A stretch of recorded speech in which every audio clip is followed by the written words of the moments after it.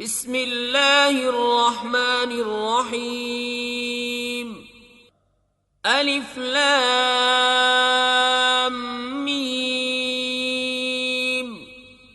ذلك الكتاب لا ريب فيه هدى للمتقين الذين يؤمنون بالغيب ويقيمون الصلاة ومما رزقناهم ينفقون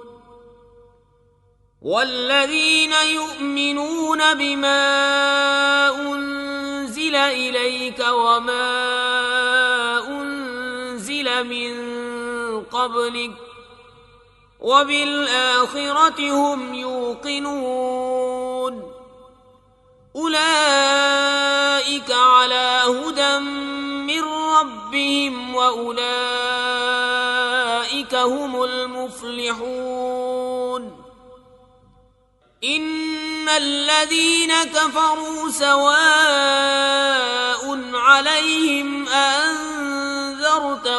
أم لم تنذرهم لا يؤمنون. ختم الله على قلوبهم وعلى سمعهم وعلى أبصارهم غشاوة ولهم عذاب عظيم. ومن الناس من يقول آمنا بالله وباليوم الآخر وما هم بمؤمنين يخادعون الله والذين آمنوا وما يخدعون إلا أنفسهم وما يشعرون. في قلوبهم مرض فزادهم الله مرضا ولهم عذاب أليم بما كانوا يكذبون. وإذا قيل لهم لا تفسدوا في الأرض قالوا إنما نحن مصلحون. ألا إنهم هم المفسدون ولكن لا يشعرون. وإذا قيل لهم آمنوا كما آمن الناس قالوا أنؤمن كما آمن السفهاء. ألا إنهم هم السفهاء ولكن لا يعلمون. وإذا لقوا الذين آمنوا قالوا آمنا وإذا خلوا إلى شياطينهم قالوا إنا معكم إنما نحن مستهزئون. الله يستهزئ بهم ويمدهم في طغيانهم يعمهون. أولئك الذين اشتروا الضلالة بالهدى فما ربحت تجارتهم وما كانوا مهتدين. مثلهم كمثل الذي استوقد نارا فلما أضاءت ما حوله ذهب الله بنورهم وتركهم في ظلمات لا يبصرون. صم بكم عمي فهم لا يرجعون. أو كصيب من السماء فيه ظلمات ورعد وبرق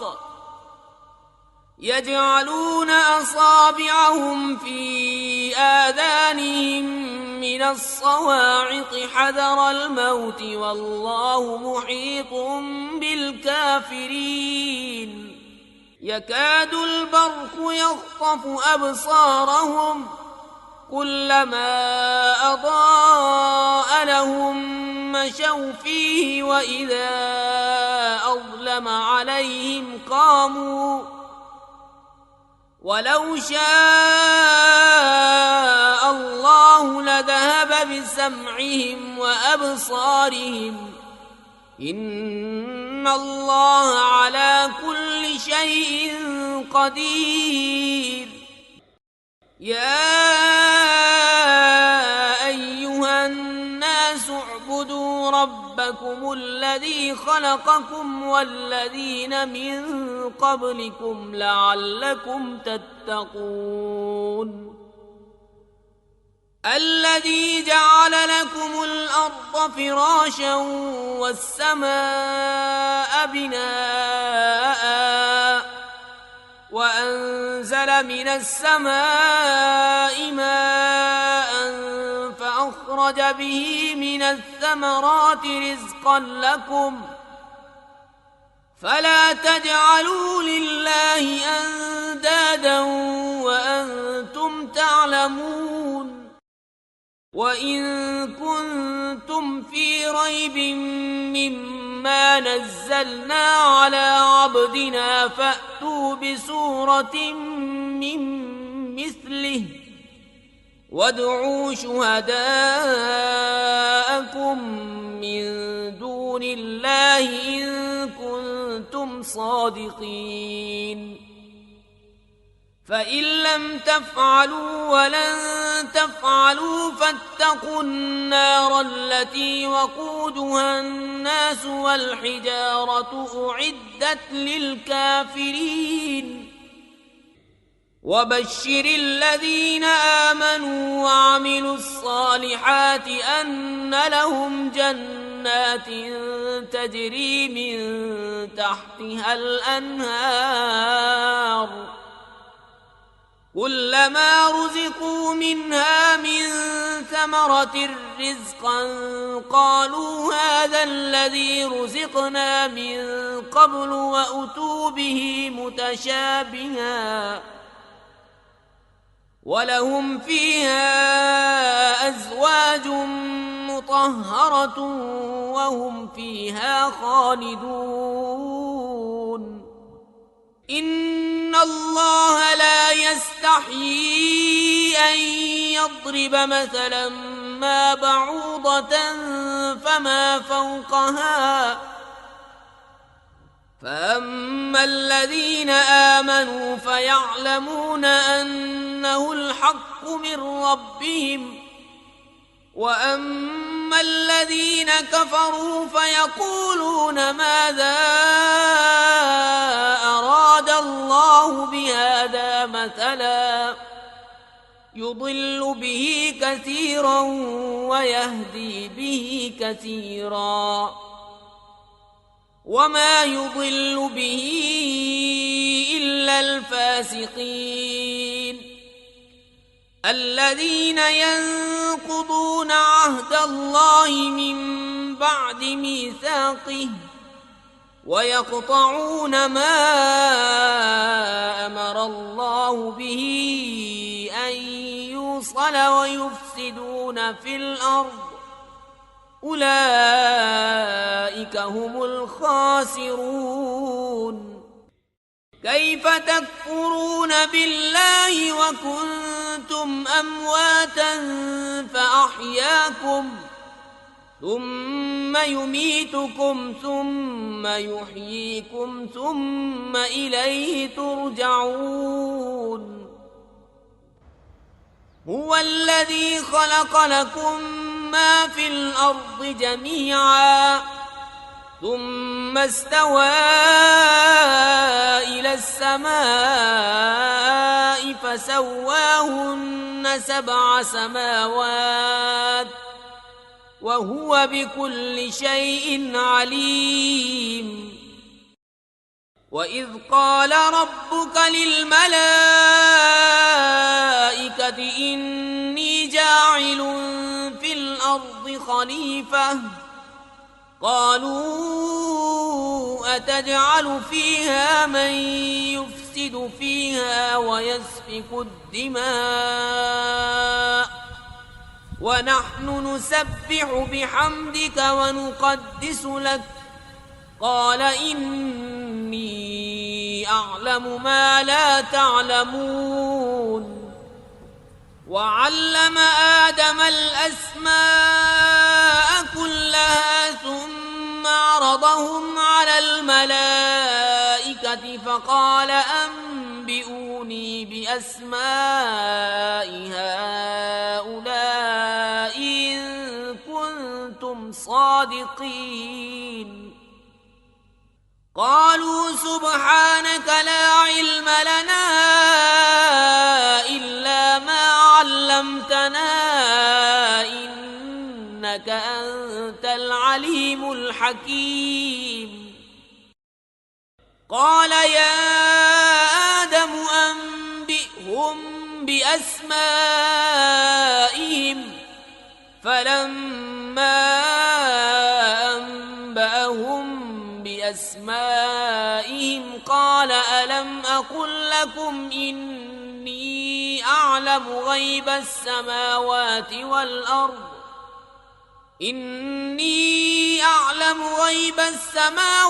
والأرض وأعلم ما تبدون وما كنتم تكتمون وإذ قلنا للملائكة اسجدوا لآدم فسجدوا إلا إبليس أبى واستكبر وكان من الكافرين وقلنا يا آدم اسكن أنت وزوجك الجنة وكلا منها رغدا حيث شئتما ولا تقربا هذه الشجرة فتكونا من الظالمين فأزلهما الشيطان عنها فأخرجهما مما كانا فيه وقلنا اهبطوا بعضكم لبعض عدو ولكم في الأرض مستقر ومتاع إلى حين فتلقى آدم من ربه كلمات فتاب عليه إنه هو التواب الرحيم قلنا اهبطوا منها جميعا فإما يأتينكم مني هدى فمن تبع هداي فلا خوف عليهم ولا هم يحزنون والذين كفروا وكذبوا بآياتنا أولئك أصحاب النار هم فيها خالدون يا بني إسرائيل اذكروا نعمتي التي أنعمت عليكم وأوفوا بعهدي أوف بعهدكم وإياي فارهبون وآمنوا بما أنزلت مصدقا لما معكم ولا تكونوا أول كافر به ولا تشتروا بآياتي ثمنا قليلا وإياي فاتقون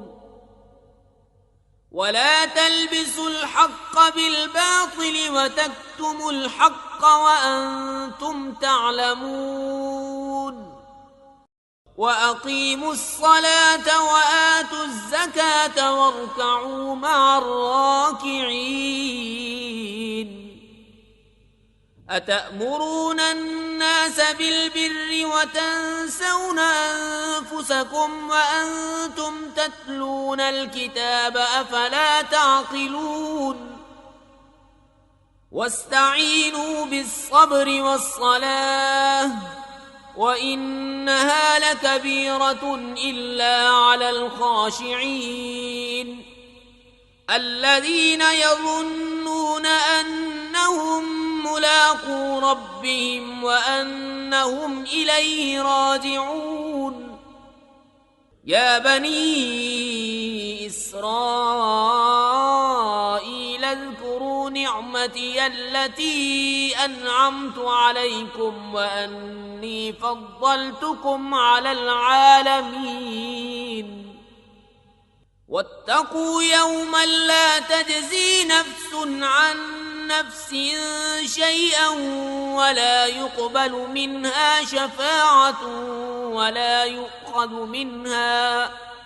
ولا يؤخذ منها عدل ولا هم ينصرون وإذ نجيناكم من آل فرعون يسومونكم سوء العذاب يذبحون أبناءكم ويستحيون نساءكم وفي ذلكم بلاء من ربكم عظيم وإذ فرقنا بكم البحر فأنجيناكم وأغرقنا آل فرعون وأنتم تنظرون وإذ واعدنا موسى 40 ليلة ثم اتخذتم العجل من بعده وأنتم ظالمون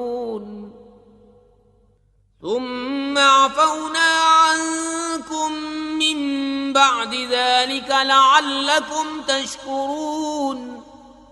وإذ آتينا موسى الكتاب والفرقان لعلكم تهتدون وإذ قال موسى لقومه يا قوم إنكم ظلمتم أنفسكم باتخاذكم العجل فتوبوا إلى بارئكم فاقتلوا أنفسكم ذلكم خير لكم عند بارئكم فتاب عليكم إنه هو التواب الرحيم وإذ قلتم يا موسى لن نؤمن لك حتى نرى الله جهرة فأخذتكم الصاعقة وأنتم تنظرون ثم بعثناكم من بعد موتكم لعلكم تشكرون وظللنا عليكم الغمام وأنزلنا عليكم المن والسلوى كلوا من طيبات ما رزقناكم وما ظلمونا ولكن كانوا أنفسهم يظلمون وإذ قلنا ادخلوا هذه القرية فكلوا منها حيث شئتم رغدا وادخلوا الباب سجدا وقولوا حطة نغفر لكم خطاياكم وسنزيد المحسنين فبدل الذين ظلموا قولا غير الذي قيل لهم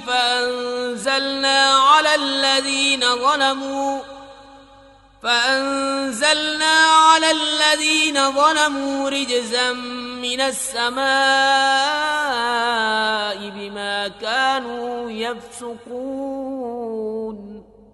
وإذ استسقى موسى لقومه فقلنا اضرب بعصاك الحجر فانفجرت منه 12 عينا قد علم كل أناس مشربهم كلوا واشربوا من رزق الله ولا تعثوا في الأرض مفسدين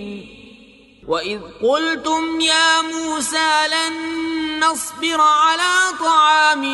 واحد فادع لنا ربك يخرج لنا مما تنبت الأرض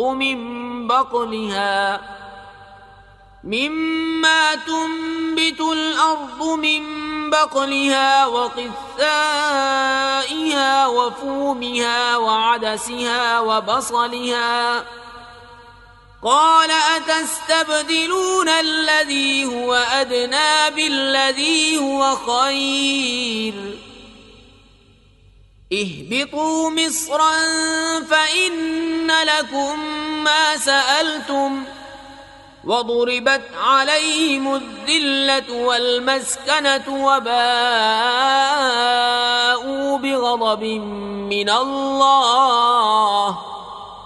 ذلك بأنهم كانوا يكفرون بآيات الله ويقتلون النبيين بغير الحق ذلك بما عصوا وكانوا يعتدون إن الذين آمنوا والذين هادوا والنصارى والصابئين من آمن بالله واليوم الآخر وعمل صالحا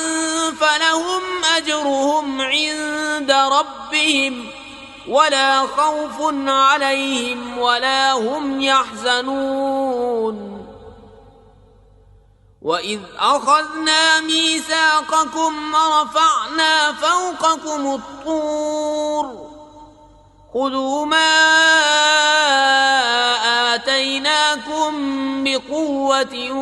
واذكروا ما فيه لعلكم تتقون ثم توليتم من بعد ذلك فلولا فضل الله عليكم ورحمته لكنتم من الخاسرين ولقد علمتم الذين اعتدوا منكم في السبت فقلنا لهم كونوا قردة خاسئين فجعلناها نكالا لما بين يديها وما خلفها وموعظة للمتقين وإذ قال موسى لقومه إن الله يأمركم أن تذبحوا بقرة قالوا أتتخذنا هزوا قال أعوذ بالله أن أكون من الجاهلين قالوا ادع لنا ربك يبين لنا ما هي قال إنه يقول إنها بقرة لا فارض ولا بكر عوان بين ذلك فافعلوا ما تؤمرون قالوا ادع لنا ربك يبين لنا ما لونها قال إنه يقول إنها بقرة صفراء فاقع لونها تسر الناظرين قالوا ادع لنا ربك يبين لنا ما هي إن البقرة شابه علينا وإنا إن شاء الله لمهتدون قال إنه يقول إنها بقرة لا ذلول تثير الأرض ولا تسقي الحرث مسلمة لا شية فيها قالوا الآن جئت بالحق فذبحوها وما كادوا يفعلون وإذ قتلتم نفسا فادارأتم فيها والله مخرج ما كنتم تكتمون فقلنا اضربوه ببعضها كذلك يحيي الله الموتى ويريكم آياته لعلكم تعقلون ثم قست قلوبكم من بعد ذلك فهي كالحجارة أو أشد قسوة وإن من الحجارة لما يتفجر منه الأنهار وإن منها لما يشقق فيخرج منه الماء وإن منها لما يهبط من خشية الله وما الله بغافل عما تعملون أفتطمعون أن يؤمنوا لكم وقد كان فريق منهم يسمعون كلام الله ثم يحرفونه من بعد ما عقلوه وهم يعلمون وإذا لقوا الذين آمنوا قالوا آمنا وإذا خلا بعضهم إلى بعض قالوا أتحدثونهم بما فتح الله عليكم ليحاجوكم به عند ربكم أفلا تعقلون أولا يعلمون أن الله يعلم ما يسرون وما يعلنون ومنهم أميون لا يعلمون الكتاب إلا أماني وإن هم إلا يظنون فويل للذين يكتبون الكتاب بأيديهم ثم يقولون هذا من عند الله ليشتروا به ثمنا قليلا فويل لهم مما كتبت أيديهم وويل لهم مما يكسبون وقالوا لن تمسنا النار إلا أياما معدودة قل أتخذتم عند الله عهدا فلن يخلف الله عهده أم تقولون على الله ما لا تعلمون بلى من كسب سيئة وأحاطت به خطيئته فأولئك أصحاب النار هم فيها خالدون والذين آمنوا وعملوا الصالحات أولئك أصحاب الجنة هم فيها خالدون وإذ أخذنا ميثاق بني إسرائيل لا تعبدون إلا الله وبالوالدين إحسانا وذي القربى واليتامى والمساكين وقولوا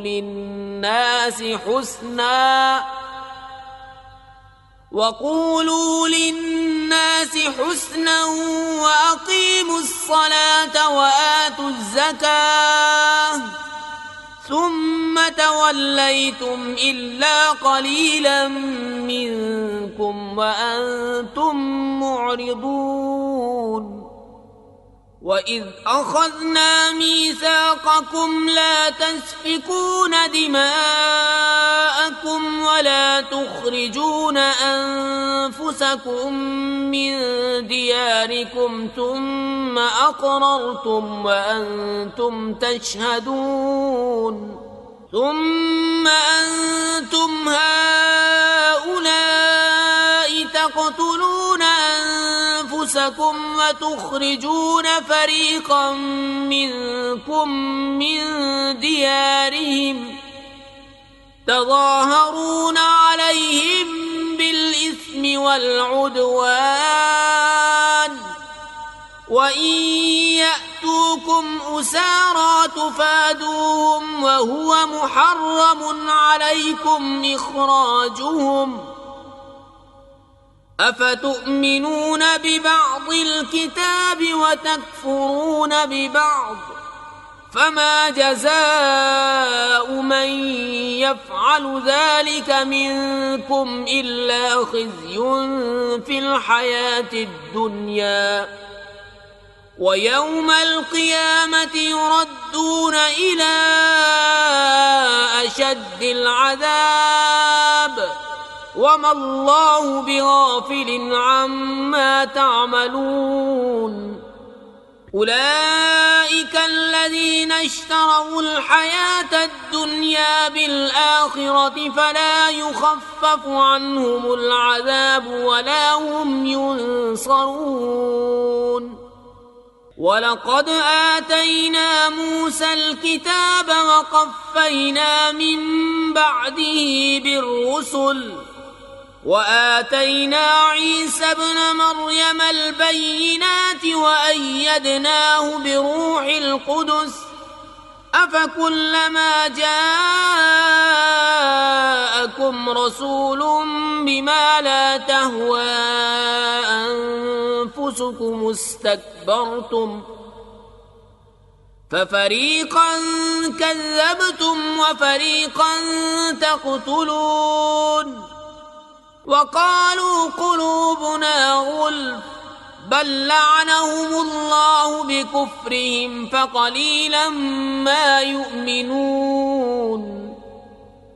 ولما جاءهم كتاب من عند الله مصدق لما معهم وكانوا من قبل يستفتحون على الذين كفروا فلما جاءهم ما عرفوا كفروا به فلعنة الله على الكافرين بئس ما اشتروا به أنفسهم أن يكفروا بما أنزل الله بغيا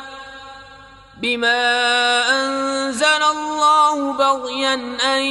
ينزل الله من فضله على من يشاء من عباده فباءوا بغضب على غضب وللكافرين عذاب مهين وإذا قيل لهم آمنوا بما أنزل الله قالوا نؤمن بما أنزل علينا ويكفرون بما وراءه وهو الحق مصدقا لما معهم قل فلم تقتلون أنبياء الله من قبل إن كنتم مؤمنين ولقد جاءكم موسى بالبينات ثم اتخذتم العجل من بعده وأنتم ظالمون وإذ أخذنا ميثاقكم ورفعنا فوقكم الطور خذوا ما آتيناكم بقوة واسمعوا قالوا سمعنا وعصينا وأشربوا في قلوبهم العجل بكفرهم قل بئس ما يأمركم به إيمانكم إن كنتم مؤمنين قل إن كانت لكم الدار الآخرة عند الله خالصة من دون الناس فتمنوا الموت إن كنتم صادقين ولن يتمنوه أبدا بما قدمت أيديهم والله عليم بالظالمين ولتجدنهم أحرص الناس على حياة ومن الذين أشركوا يود أحدهم لو يعمر 1000 سنة وما هو بمزحزحه من العذاب أن يعمر والله بصير بما يعملون قل من كان عدوا لجبريل فإنه نزله على قلبك بإذن الله مصدقا لما بين يديه وهدى وبشرى للمؤمنين من كان عدوا لله وملائكته ورسله وجبريل وميكال فإن الله عدو للكافرين ولقد أنزلنا إليك آيات بينات وما يكفر بها إلا الفاسقون أوكلما عاهدوا عهدا نبذه فريق منهم بل أكثرهم لا يؤمنون ولما جاءهم رسول من عند الله مصدق لما معهم نبذ فريق من الذين أوتوا كتاب الله وراء ظهورهم كأنهم لا يعلمون واتبعوا ما تتلو الشياطين على ملك سليمان وما كفر سليمان ولكن الشياطين كفروا يعلمون الناس السحر وما أنزل على الملكين ببابل هاروت وماروت وما يعلمان من أحد حتى يقولا إنما نحن فتنة فلا تكفر فيتعلمون منهما ما يفرقون به بين المرء وزوجه وما هم بضارين به من أحد إلا بإذن الله ويتعلمون ما يضرهم ولا ينفعهم ولقد علموا لمن اشتراه ما له في الآخرة من خلاق ولبئس ما شروا به أنفسهم لو كانوا يعلمون ولو أنهم آمنوا واتقوا لمثوبة من عند الله خير لو كانوا يعلمون يا أيها الذين آمنوا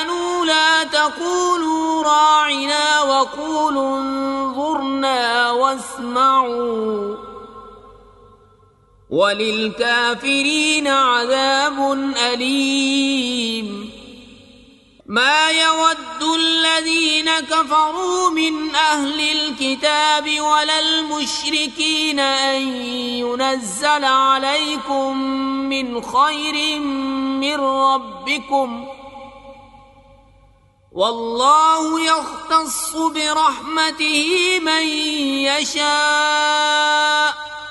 والله ذو الفضل العظيم. ما ننسخ من آية أو ننسها نأت بخير منها أو مثلها. ألم تعلم أن الله على كل شيء قدير؟ ألم تعلم أن الله له ملك السماوات والأرض، وما لكم من دون الله من ولي ولا نصير. أم تريدون أن تسألوا رسولكم كما سئل موسى من قبل؟ ومن يتبدل الكفر بالإيمان فقد ضل سواء السبيل. ود كثير من أهل الكتاب لو يردونكم من بعد إيمانكم كفارا حسدا من عند أنفسهم من بعد ما تبين لهم الحق، فاعفوا واصفحوا حتى يأتي الله بأمره، إن الله على كل شيء قدير. وأقيموا الصلاة وآتوا الزكاة، وما تقدموا لأنفسكم من خير تجدوه عند الله، إن الله بما تعملون بصير. وقالوا لن يدخل الجنة إلا من كان هودا أو نصارى، تلك أمانيهم، قل هاتوا برهانكم إن كنتم صادقين. بلى من أسلم وجهه لله وهو محسن فله أجره عند ربه ولا خوف عليهم ولا هم يحزنون. وقالت اليهود ليست النصارى على شيء، وقالت النصارى ليست اليهود على شيء وهم يتلون الكتاب، كذلك قال الذين لا يعلمون مثل قولهم، فالله يحكم بينهم يوم القيامة فيما كانوا فيه يختلفون. ومن أظلم ممن منع مساجد الله أن يذكر فيها اسمه وسعى في خرابها، أولئك ما كان لهم أن يدخلوها إلا خائفين، لهم في الدنيا خزي ولهم في الآخرة عذاب عظيم. ولله المشرق والمغرب فأينما تولوا فثم وجه الله، إن الله واسع عليم. وقالوا اتخذ الله ولدا سبحانه بل له ما في السماوات والأرض كل له قانتون. بديع السماوات والأرض وإذا قضى أمرا فإنما يقول له كن فيكون. وقال الذين لا يعلمون لولا يكلمنا الله أو تأتينا آية كذلك قال الذين من قبلهم مثل قولهم تشابهت قلوبهم قد بينا الآيات لقوم يوقنون. إنا أرسلناك بالحق بشيرا ونذيرا ولا تسأل عن أصحاب الجحيم. ولن ترضى عنك اليهود ولا النصارى حتى تتبع ملتهم قل إن هدى الله هو الهدى ولئن اتبعت أهواءهم بعد الذي جاءك من العلم ما لك من الله من ولي ولا نصير. الذين آتيناهم الكتاب يتلونه حق تلاوته أولئك يؤمنون به ومن يكفر به فأولئك هم الخاسرون. يا بني إسرائيل اذكروا نعمتي التي أنعمت عليكم وأني فضلتكم على العالمين. واتقوا يوما لا تجزي نفس عن نفس شيئا ولا يقبل منها عدل ولا تنفعها شفاعة ولا هم ينصرون. وإذ ابتلى إبراهيم ربه بكلمات فأتمهن قال إني جاعلك للناس إماما قال ومن ذريتي قال لا ينال عهد الظالمين. وإذ جعلنا البيت مثابة للناس وأمنا واتخذوا من مقام إبراهيم مصلى وعهدنا إلى إبراهيم وإسماعيل أن طهرا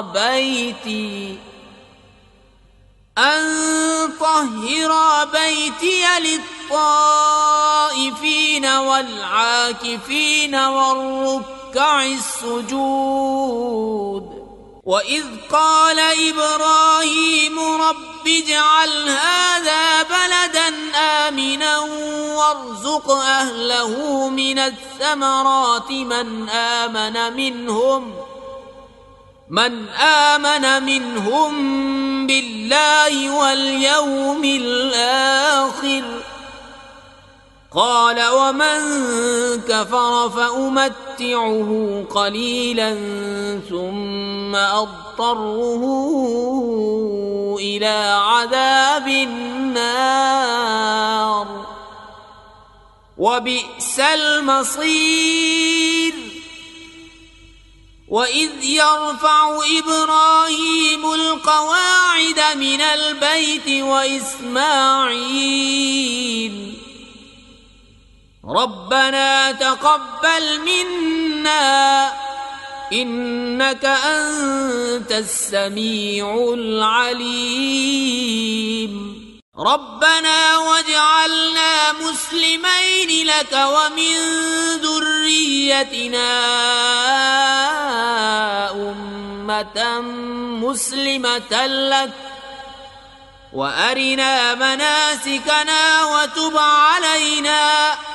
إنك أنت التواب الرحيم ربنا وابعث فيهم رسولا منهم يتلو عليهم آياتك ويعلمهم الكتاب والحكمة ويزكيهم إنك أنت العزيز الحكيم. ومن يرغب عن ملة إبراهيم إلا من سفه نفسه ولقد اصطفيناه في الدنيا وإنه في الآخرة لمن الصالحين. إذ قال له ربه أسلم قال أسلمت لرب العالمين. ووصى بها إبراهيم بنيه ويعقوب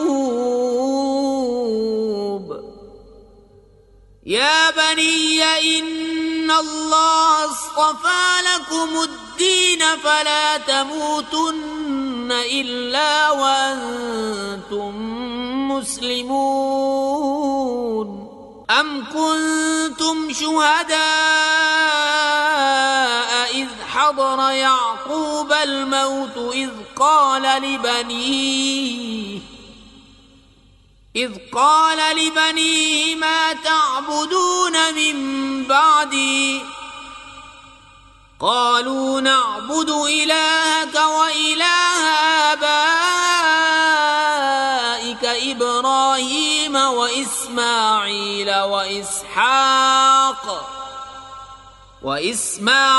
وإسحاق إلها واحدا ونحن له مسلمون. تلك أمة قد خلت لها ما كسبت ولكم ما كسبتم ولا تسألون عما كانوا يعملون. وقالوا كونوا هودا أو نصارى تهتدوا قل بل ملة إبراهيم حنيفا وما كان من المشركين. قولوا آمنا بالله وما أنزل إلينا وما أنزل إلى إبراهيم وإسماعيل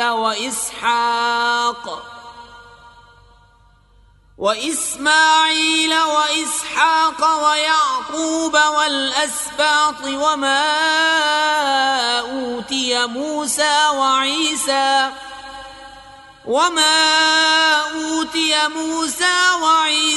وما أوتي النبيون من ربهم لا نفرق بين أحد منهم ونحن له مسلمون. فإن آمنوا بمثل ما آمنتم به فقد اهتدوا وإن تولوا فإنما هم في شقاق فسيكفيكهم الله وهو السميع العليم. صبغة الله ومن أحسن من الله صبغة ونحن له عابدون. قل أتحاجوننا في الله وهو ربنا وربكم ولنا أعمالنا ولكم أعمالكم ونحن له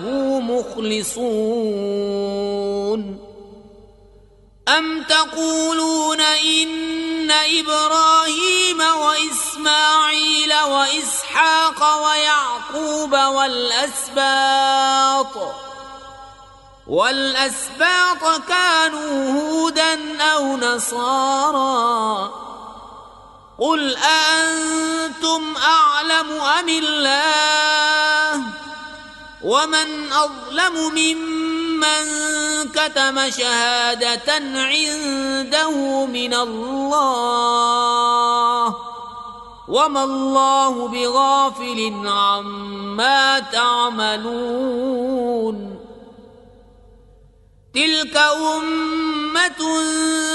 قد خلت لها ما كسبت ولكم ما كسبتم ولا تسألون عما كانوا يعملون. سيقول السفهاء من الناس ما ولاهم عن قبلتهم التي كانوا عليها قل لله المشرق والمغرب يهدي من يشاء إلى صراط مستقيم. وكذلك جعلناكم أمة وسطا لتكونوا شهداء على الناس ويكون الرسول عليكم شهيدا وما جعلنا القبلة التي كنت عليها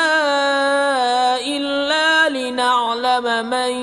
يتبع الرسول ممن ينقلب على عقبيه وإن كانت لكبيرة إلا على الذين هدى الله وما كان الله ليضيع إيمانكم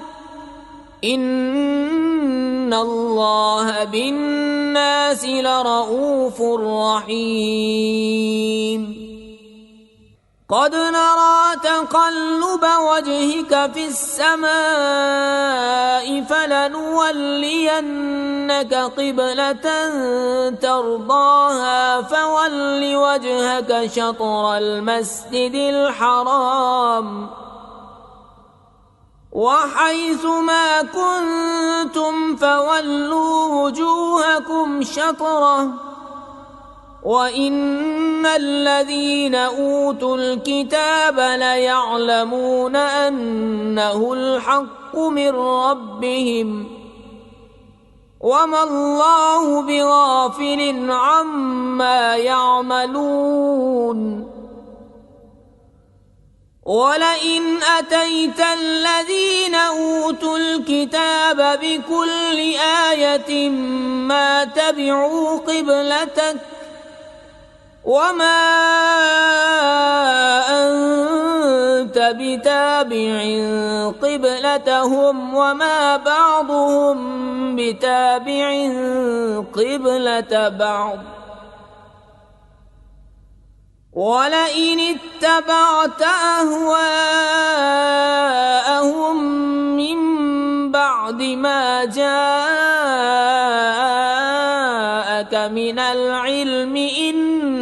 إنك إذا لمن الظالمين. الذين آتيناهم الكتاب يعرفونه كما يعرفون أبناءهم وإن فريقا منهم ليكتمون الحق وهم يعلمون. الحق من ربك فلا تكونن من الممترين. ولكل وجهة هو موليها فاستبقوا الخيرات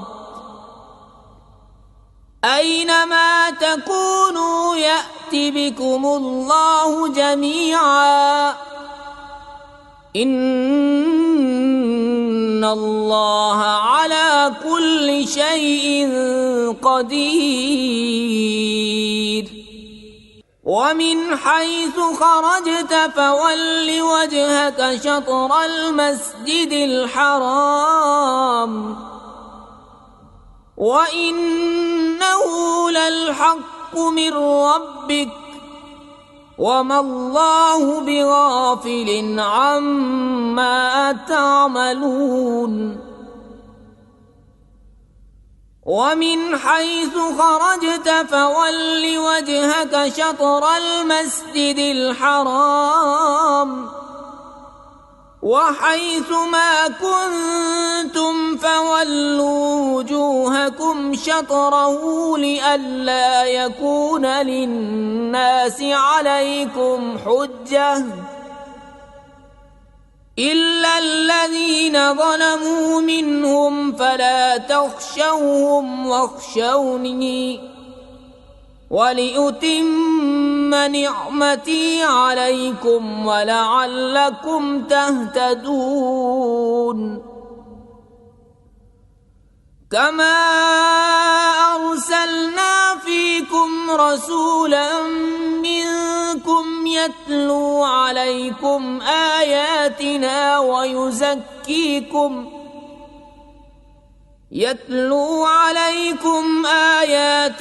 ويزكيكم ويعلمكم الكتاب والحكمة ويعلمكم ما لم تكونوا تعلمون. فاذكروني أذكركم واشكروا لي ولا تكفرون. يا أيها الذين آمنوا استعينوا بالصبر والصلاة إن الله مع الصابرين. ولا تقولوا لمن يقتل في سبيل الله أموات بل أحياء ولكن لا تشعرون. ولنبلونكم بشيء من الخوف والجوع ونقص من الأموال والأنفس والثمرات وبشر الصابرين الذين إذا أصابتهم مصيبة قالوا إنا لله وإنا إليه راجعون. أولئك عليهم صلوات من ربهم ورحمة وأولئك هم المهتدون. إن الصفا والمروة من شعائر الله فمن حج البيت أو اعتمر فلا جناح عليه أن يطوف بهما ومن تطوع خيرا فإن الله شاكر عليم. إن الذين يكتمون ما أنزلنا من البينات والهدى من بعد ما بيناه للناس في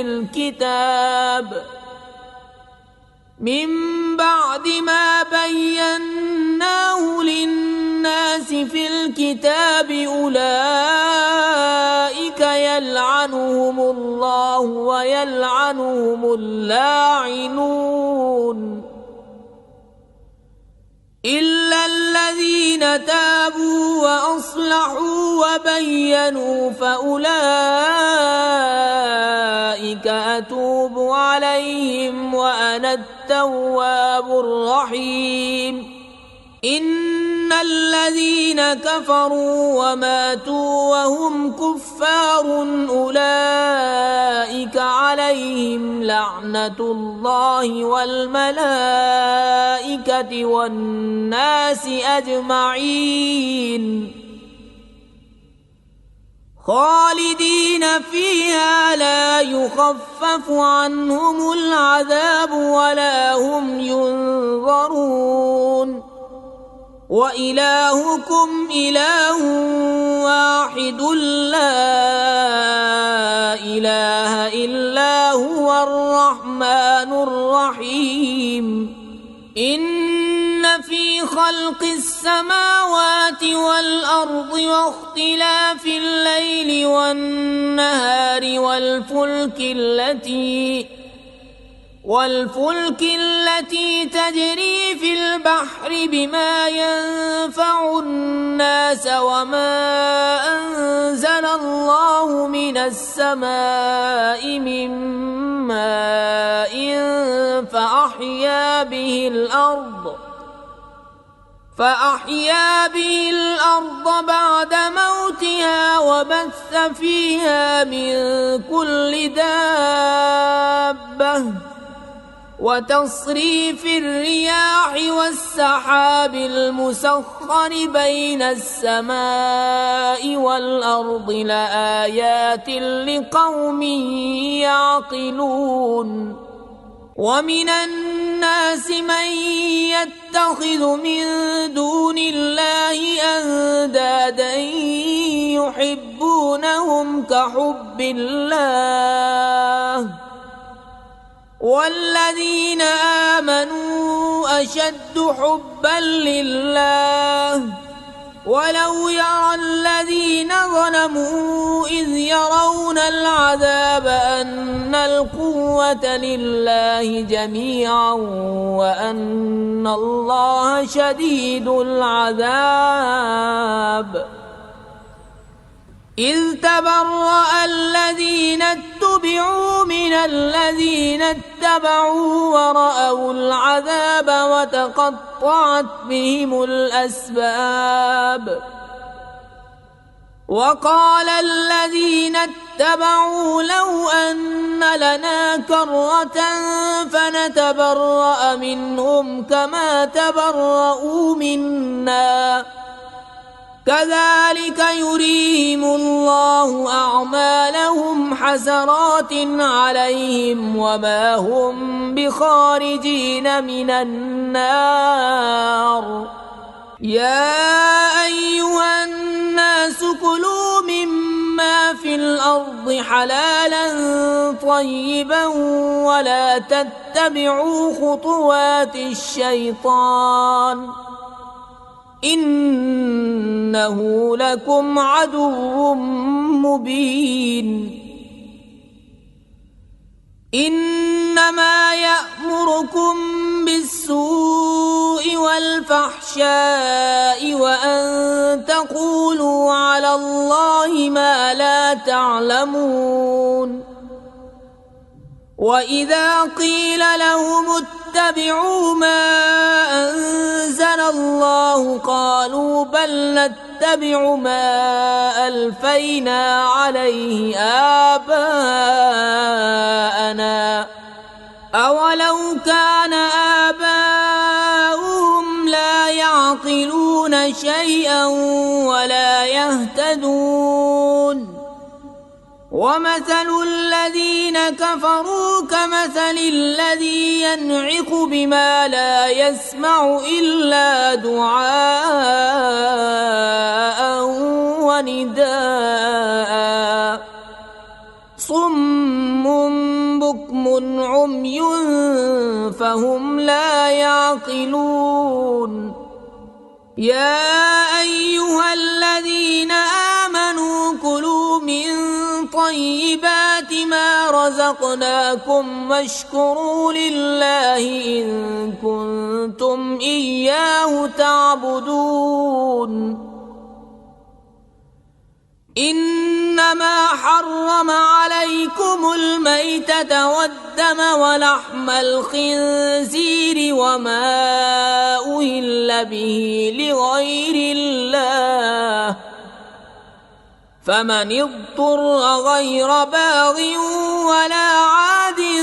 فلا إثم عليه إن الله غفور رحيم إن الذين يكتمون ما أنزل الله من الكتاب ويشترون به ثمنا قليلا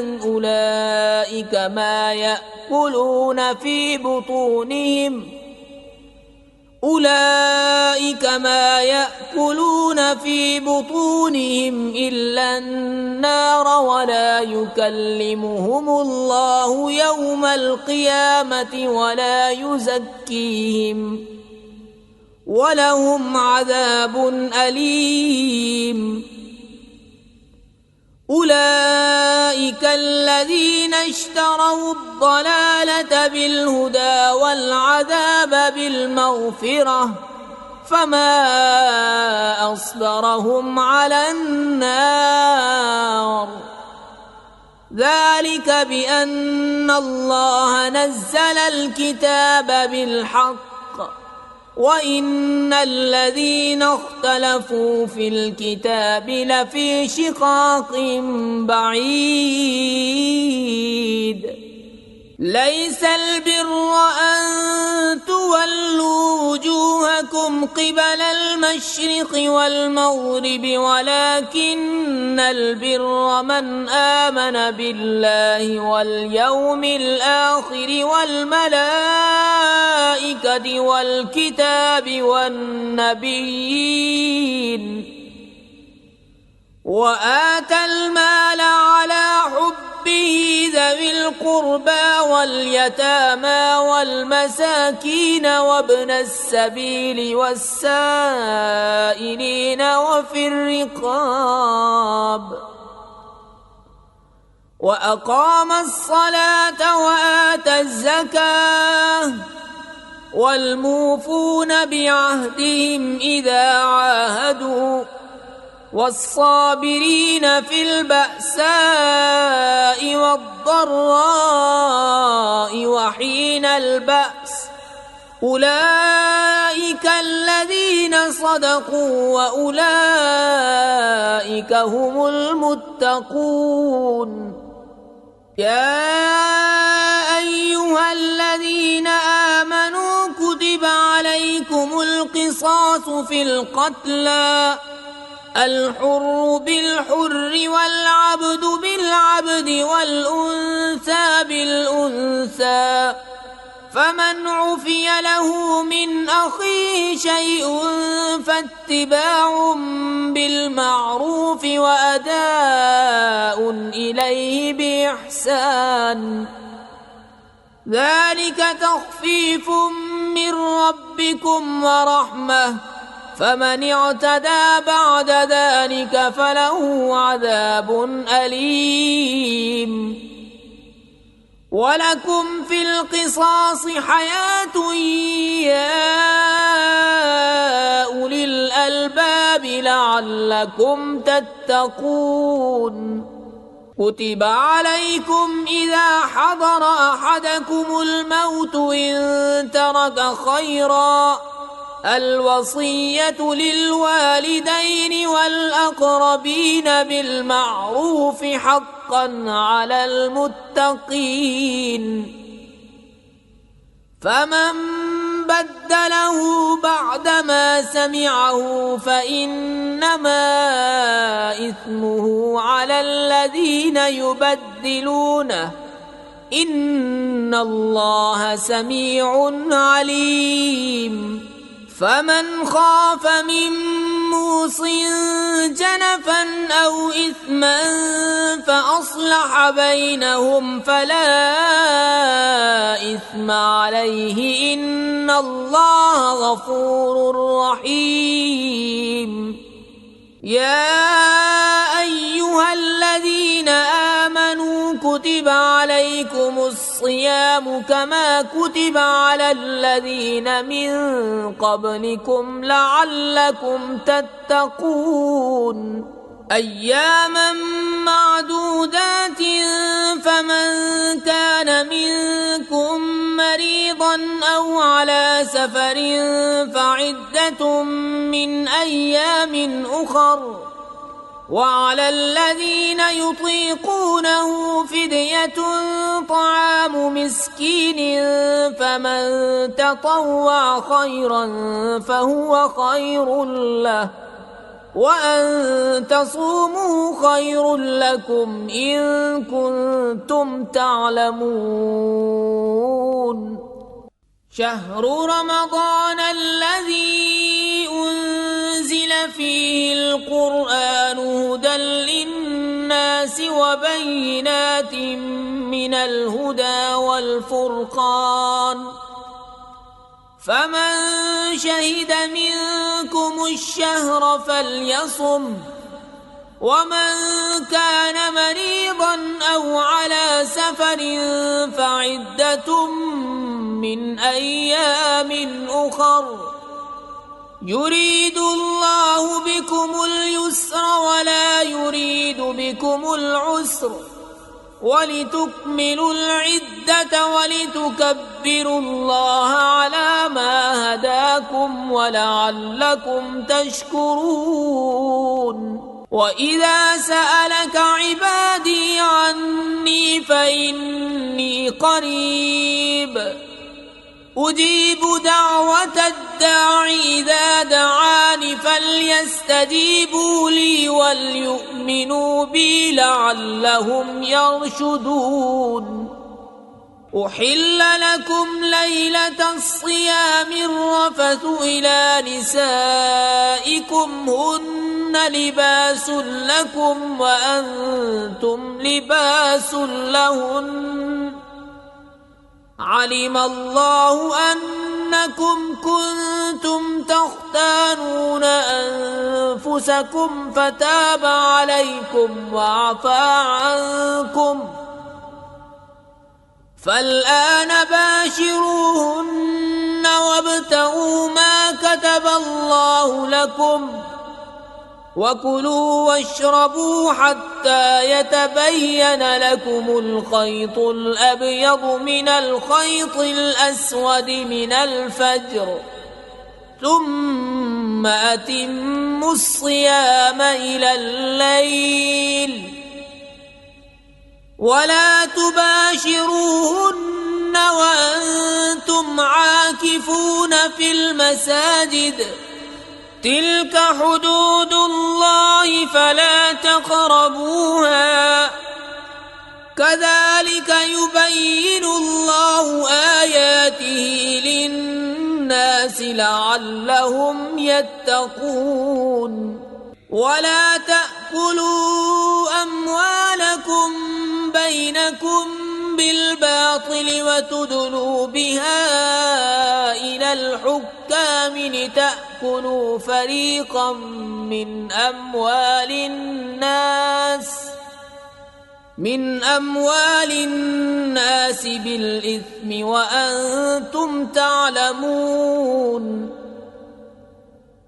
يسألونك عن الأهلة قل هي مواقيت للناس والحج،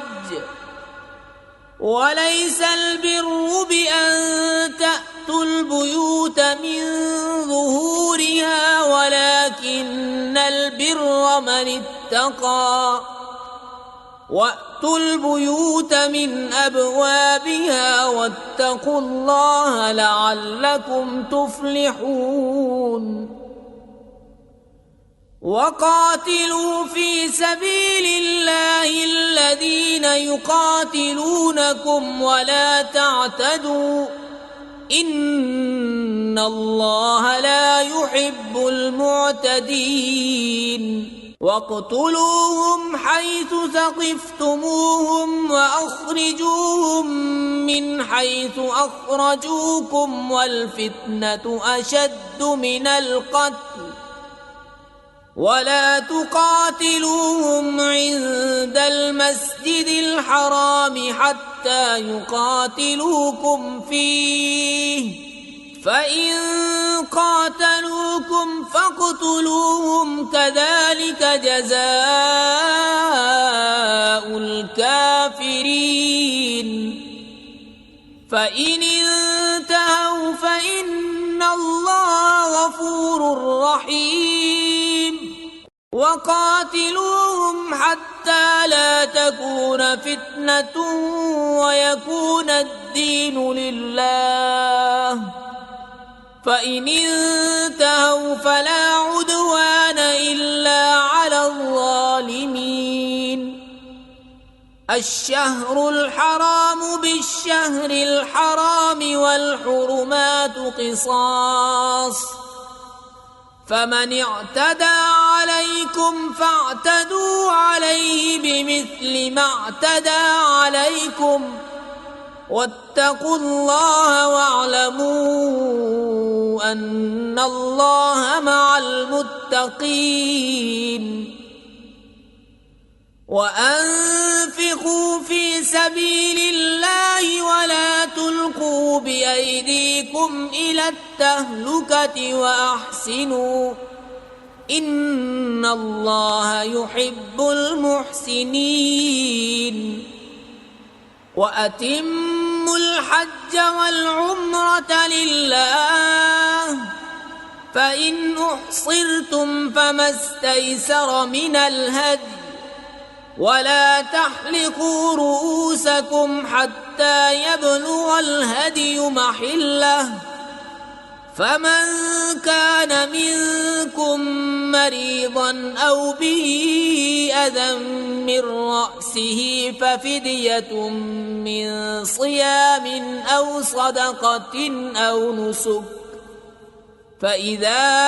أمنتم فمن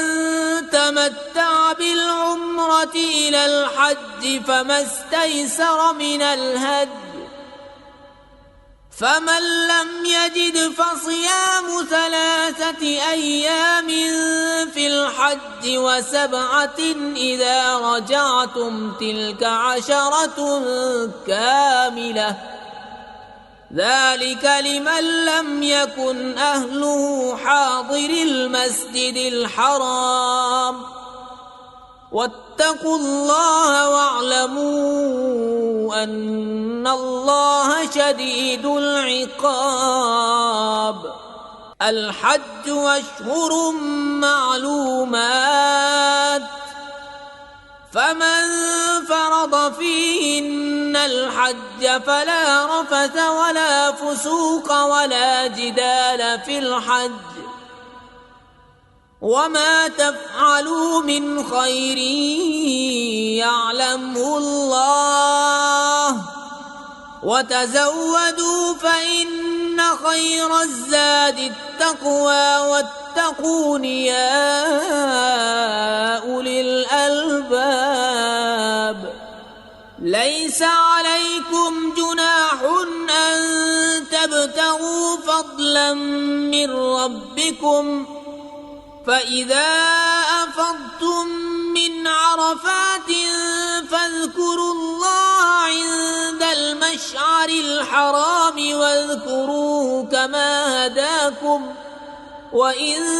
كنتم من قبله لمن الضالين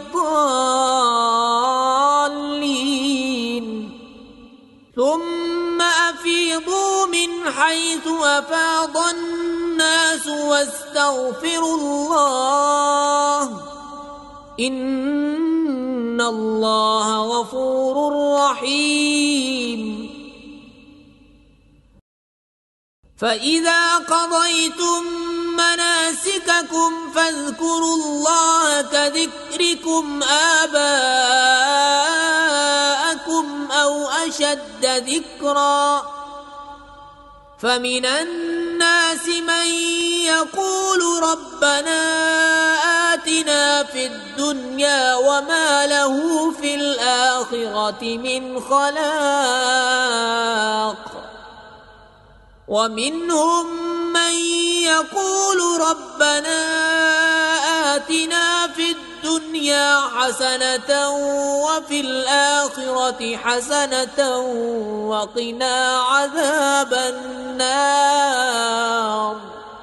أولئك لهم نصيب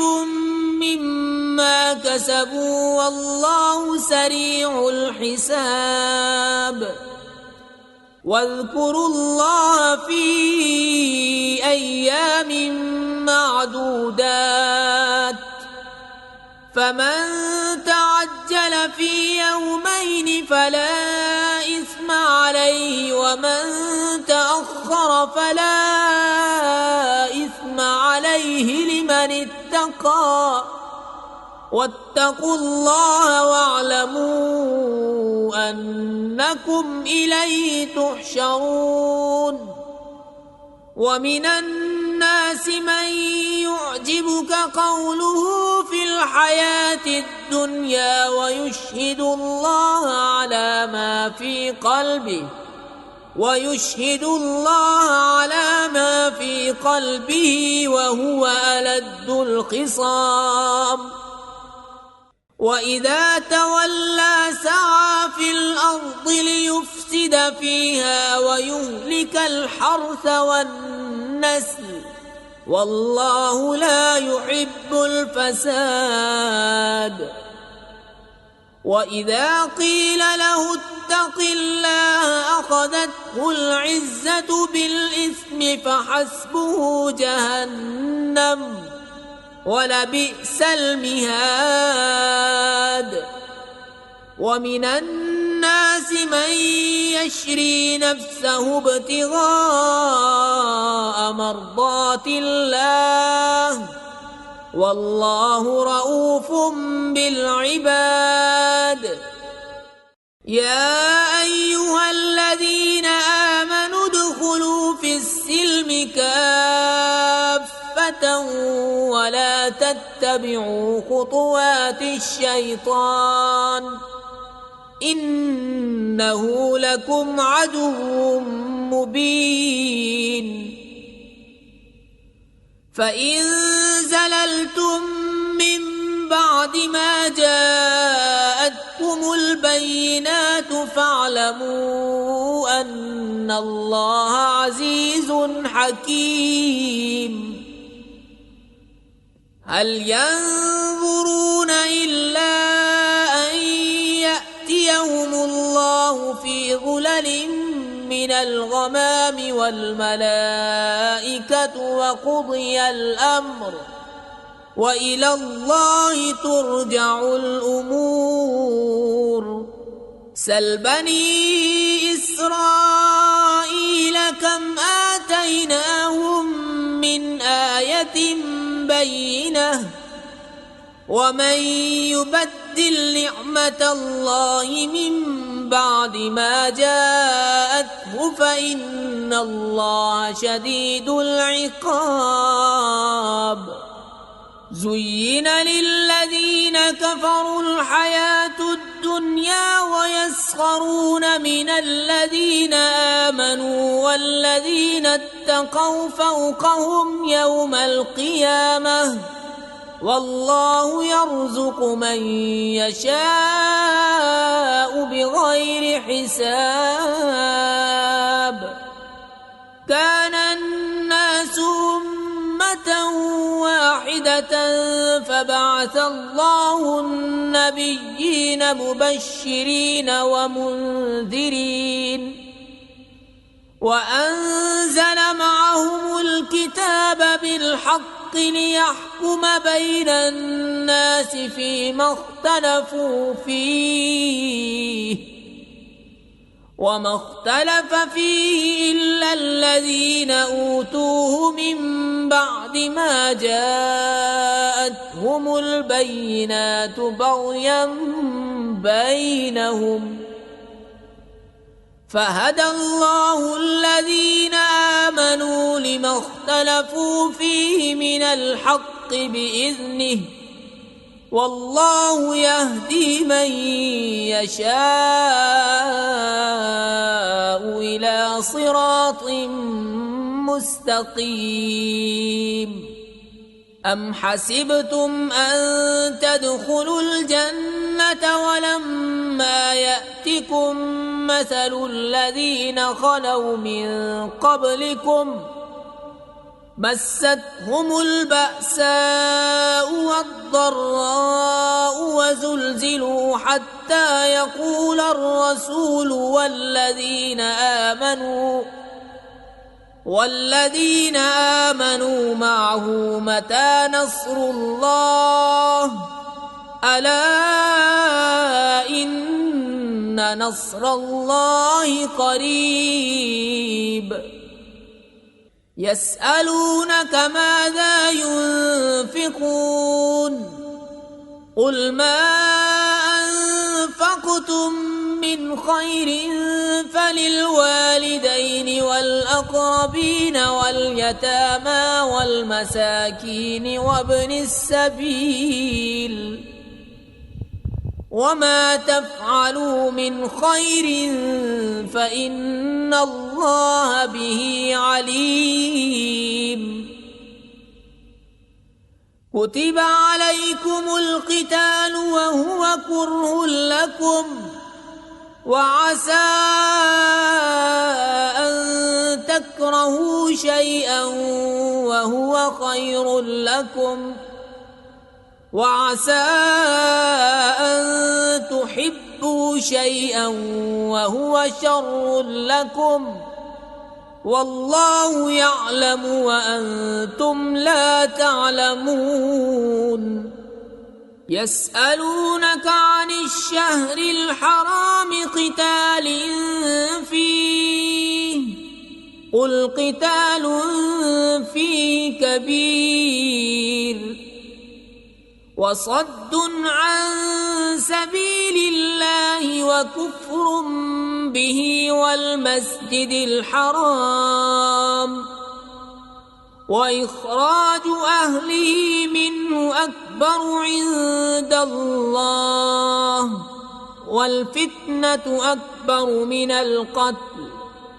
ولا يزالون يقاتلونكم حتى يردوكم عن دينكم إن استطاعوا، ومن يرتد منكم عن دينه فيمت وهو كافر فأولئك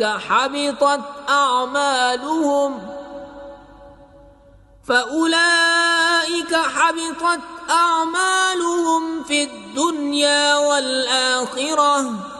وأولئك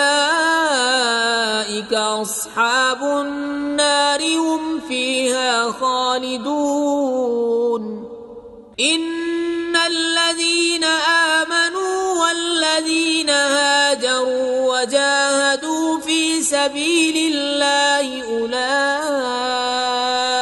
يرجون رحمة الله، والله غفور رحيم. يسألونك عن الخمر والميسر قل فيهما إثم كبير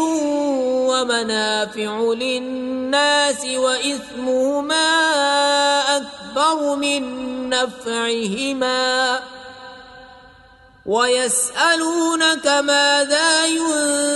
ينفقون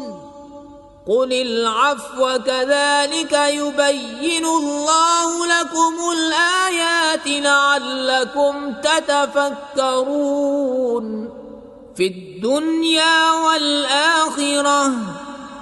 ويسألونك عن اليتامى قل إصلاح لهم خير وإن تخالطوهم فإخوانكم والله يعلم المفسد من المصلح ولو شاء الله لأعنتكم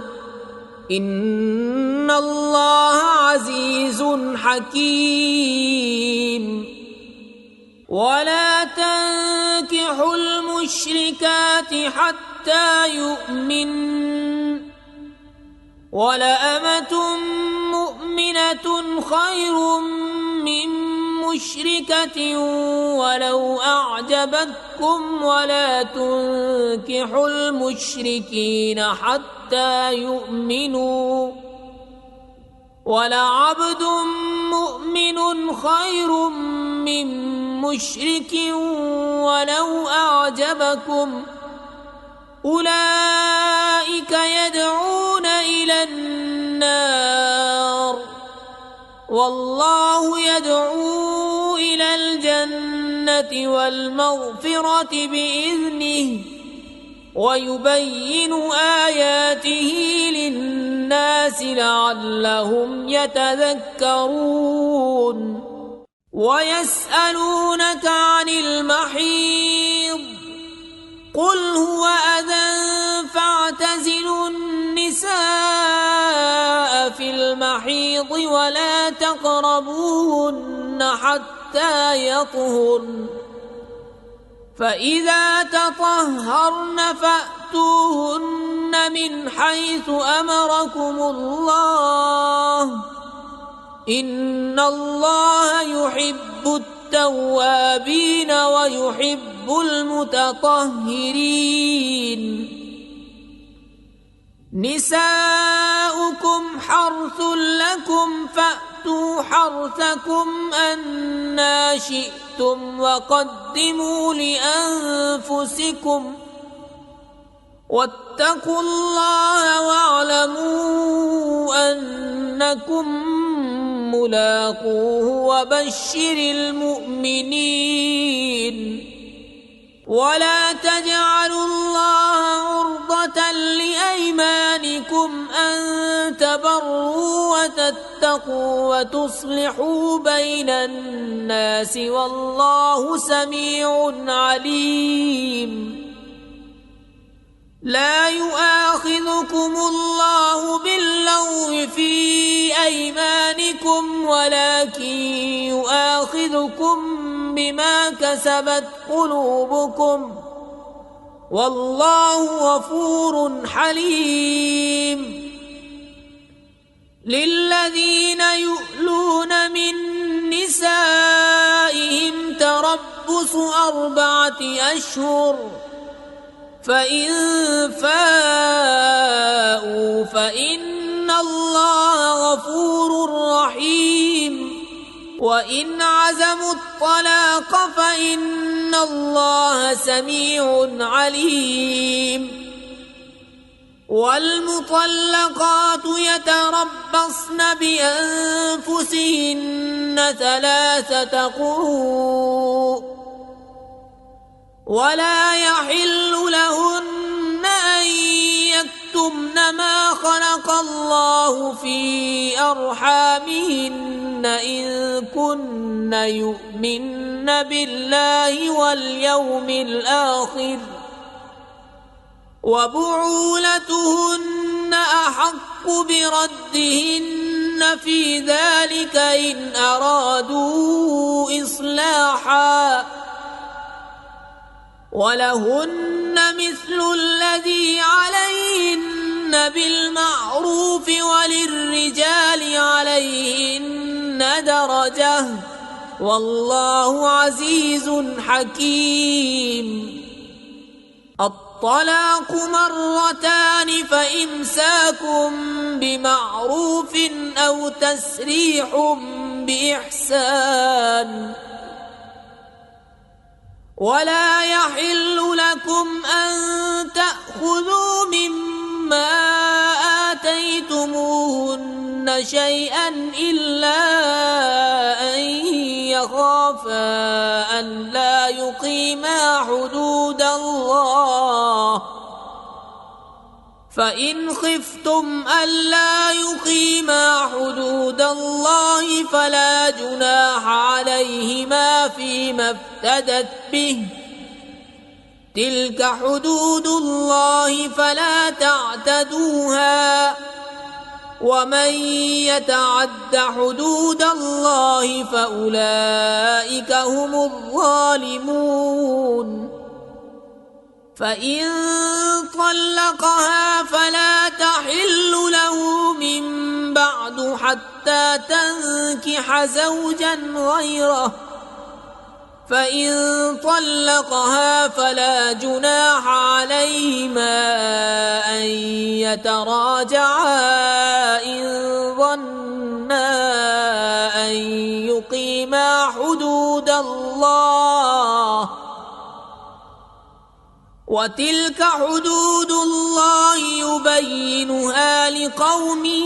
يعلمون. وإذا طلقتم النساء فبلغن أجلهن فأمسكوهن بمعروف أو سرحوهن بمعروف، ولا تمسكوهن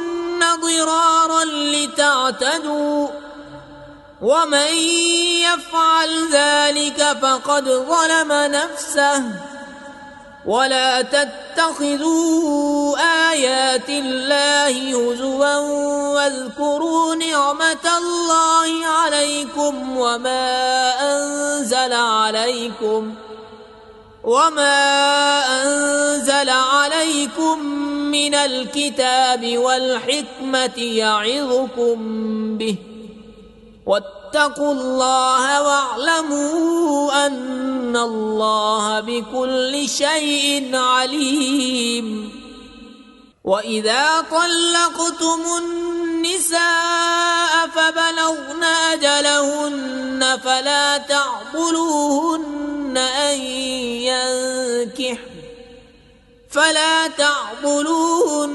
أن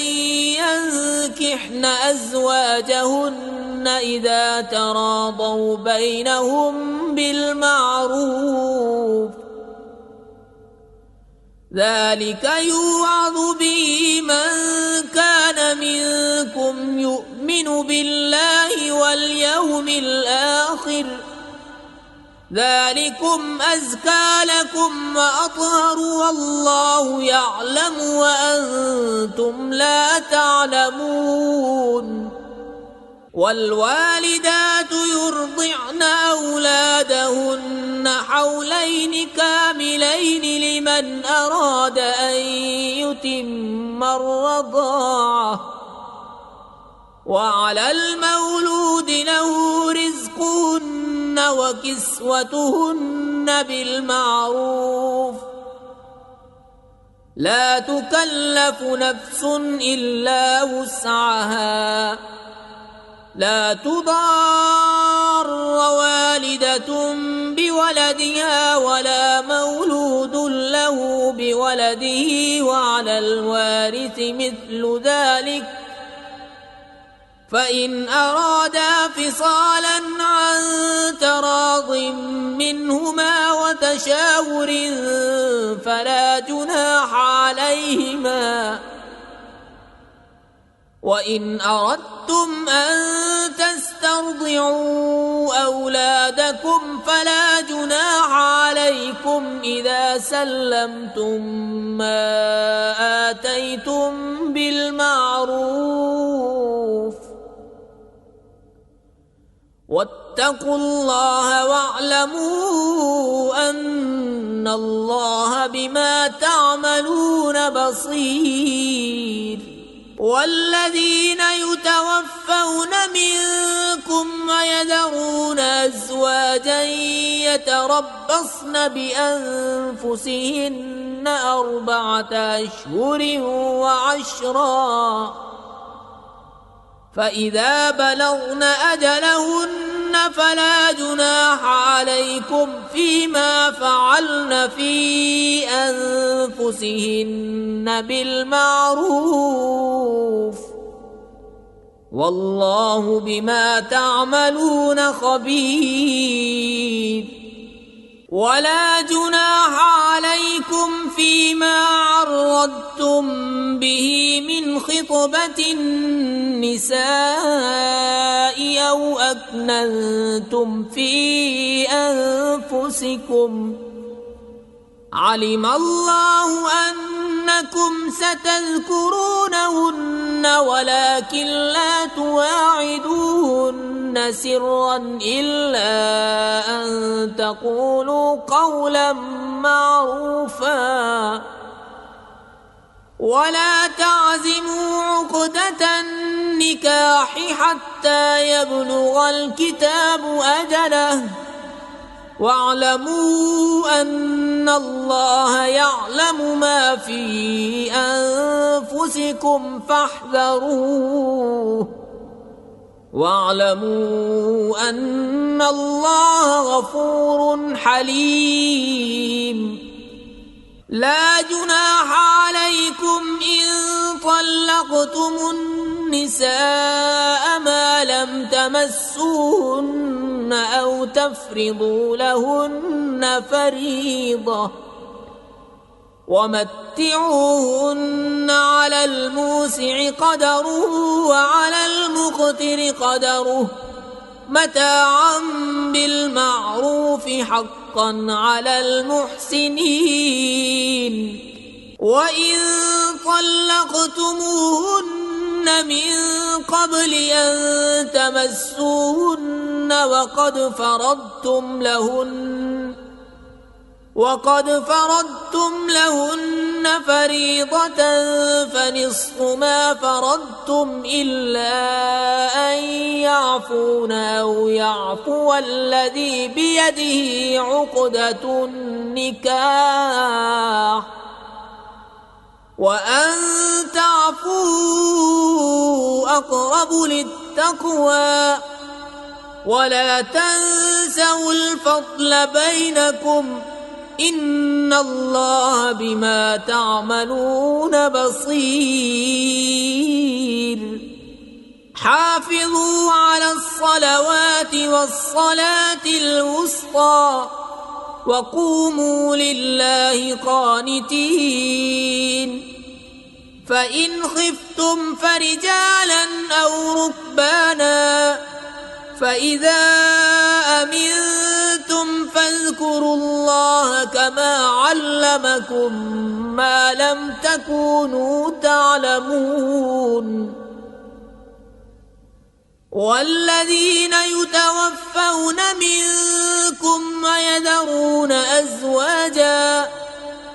وصية لأزواجهم متاعا إلى الحول غير إخراج، فإن خرجن فلا جناح عليكم فيما فعلن في أنفسهن من معروف، والله عزيز حكيم. وللمطلقات متاع بالمعروف حقا على المتقين،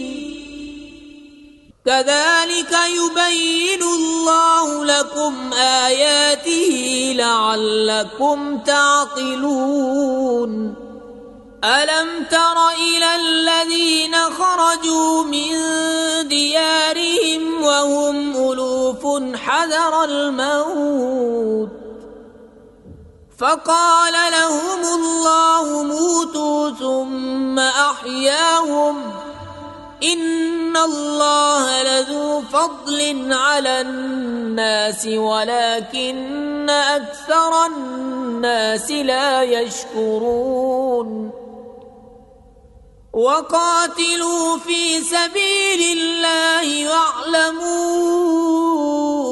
أن الله سميع عليم. من ذا الذي يقرض الله قرضا حسنا فيضاعفه له أضعافا كثيرة والله يقبض ويبسط وإليه ترجعون. ألم تر إلى الملأ من بني إسرائيل من بعد موسى إذ قالوا لنبي له ابعث لنا ملكا نقاتل في سبيل الله قال هل عسيتم إن كتب عليكم القتال ألا تقاتلوا قالوا وما لنا ألا نقاتل في سبيل الله وقد أخرجنا من ديارنا وأبنائنا فلما كتب عليهم القتال تولوا إلا قليلا منهم والله عليم بالظالمين. وقال لهم نبيهم إن الله قد بعث لكم طالوت ملكا قالوا أنى يكون له الملك علينا ونحن أحق بالملك منه ولم يؤت سعة من المال قال إن الله اصطفاه عليكم وزاده بسطة في العلم والجسم والله يؤتي ملكه من يشاء والله واسع عليم. وقال لهم نبيهم إن آية ملكه أن يأتيكم التابوت فيه سكينة من ربكم وبقية مما ترك آل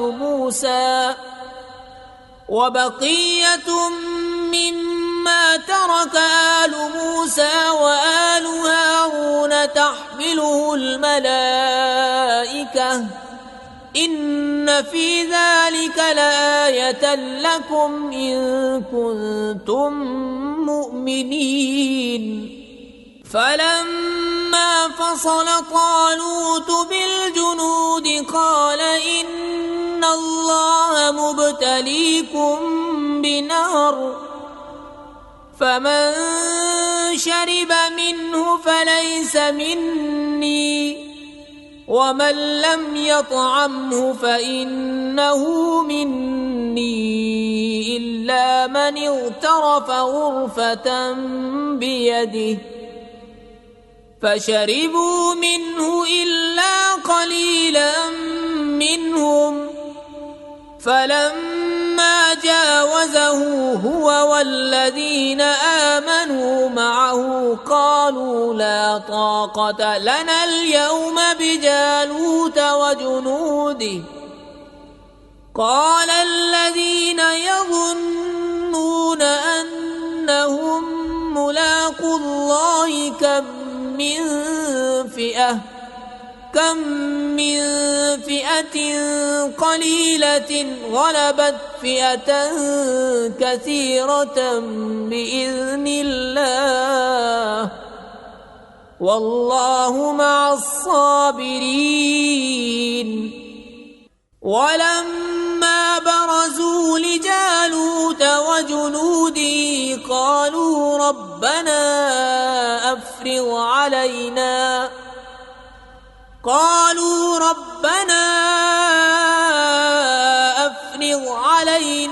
صبرا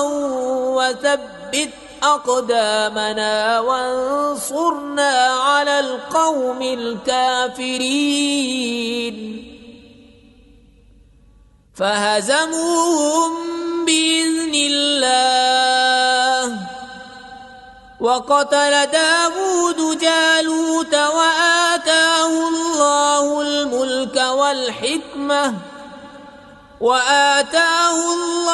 الملك والحكمة وعلمه مما يشاء ولولا دفع الله الناس بعضهم ببعض لفسدت الأرض ولكن الله ذو فضل على العالمين تلك آيات الله نتلوها عليك بالحق وإنك لمن المرسلين